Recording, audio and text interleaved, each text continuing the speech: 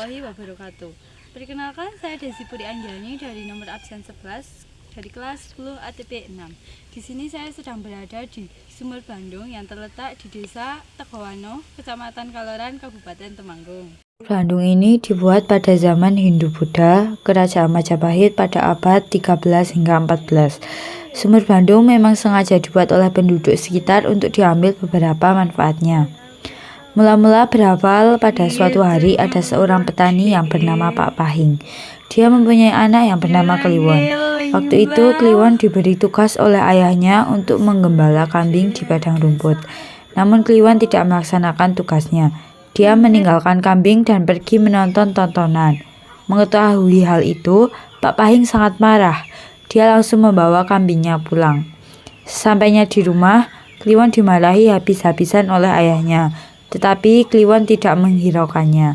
Ayahnya semakin marah, kemudian mengambil sambilah dan dipukulkan ke kepala Kliwon. Kliwon diusir dari rumahnya. Dia pergi dari rumah ke arah utara, timur, sampai daerah perbatasan Gunung Lawu. Di daerah tersebut ada pesantren. Disitulah Kliwon tinggal dan menuntut ilmu menjadi seorang santri. Pada suatu malam, salah satu guru di padepokan membuat suatu tanda pada sebuah sarung dengan cara ujung sarung dibundeli atau diikat kecil. Banyak sekali sarung yang ada di situ, tetapi hanya satu yang diberi tanda. Keesokan harinya, setelah semua santri selesai bersih-bersih, guru di pesantren itu menyuruh santri untuk mengambil salah satu sarung pada tumpukan sarung.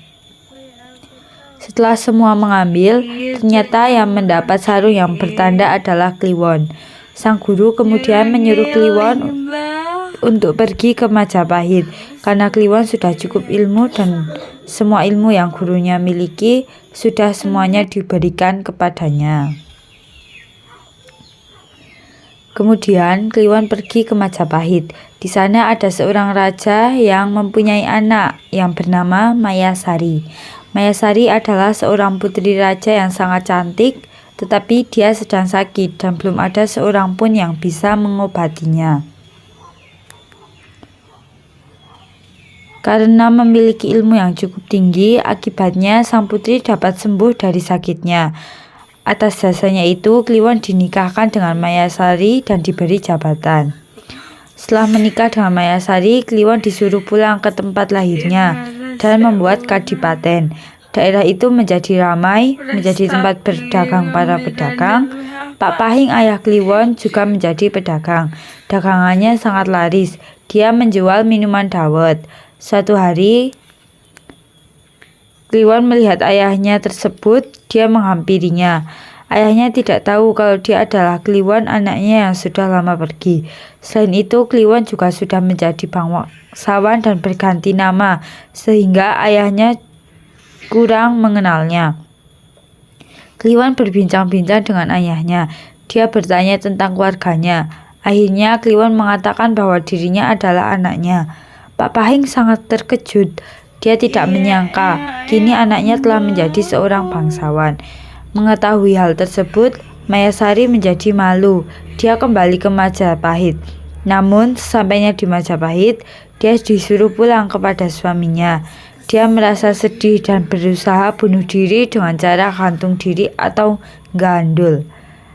Tempat yang digunakan bunuh diri itu kini disebut dengan nama gandulan. Tetapi usahanya gagal.